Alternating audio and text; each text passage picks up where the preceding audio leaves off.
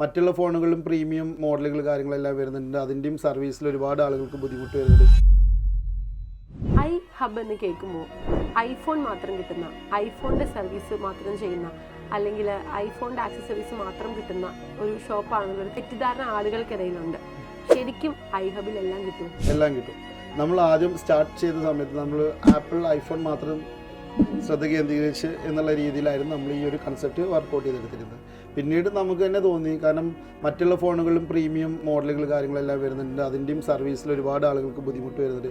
Especially ഇപ്പോൾ നമ്മുടെ OnePlus, അതുപോലെ തന്നെ ഗൂഗിൾ പിക്സൽ, അതിനൊന്നും സർവീസ് സെൻറ്റേഴ്സ് പോലും ഇല്ല. അപ്പോൾ അങ്ങനെയുള്ള ഫോണുകളും ആളുകൾക്ക് കംപ്ലയിൻറ്റ് വന്നെങ്കിൽ ഇത് എവിടെ കൊണ്ട് സർവീസ് ചെയ്യണം എന്ന് പോലും ആളുകൾക്ക് അറിയുന്നില്ല.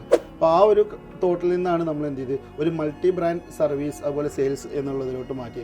ആദ്യം സ്റ്റാർട്ട് ചെയ്ത 1-2 വർഷങ്ങളിൽ നമ്മൾ വെറും ആപ്പിളിൽ മാത്രമാണ് നമ്മൾ ശ്രദ്ധ കേന്ദ്രീകരിച്ചിരുന്നത്. ബട്ട് അതിന് ശേഷം നമ്മളിപ്പോൾ എന്ത് ചെയ്യും, മൾട്ടി ബ്രാൻഡ് ആയിട്ടാണ് നമ്മൾ ഇതിൻ്റെ സർവീസും സെയിൽസും പ്രൊവൈഡ് ചെയ്യുന്നത്. അപ്പോൾ ഐ ഹബിനെ മാറ്റി ഓൾ ഹബ് എന്നാക്കാൻ പ്ലാൻ ഉണ്ടോ? ഇല്ല, നമ്മൾ പേര് തന്നെ വയ്ക്കുന്നുണ്ട്, അതിൽ മാറ്റാൻ പ്ലാനില്ല.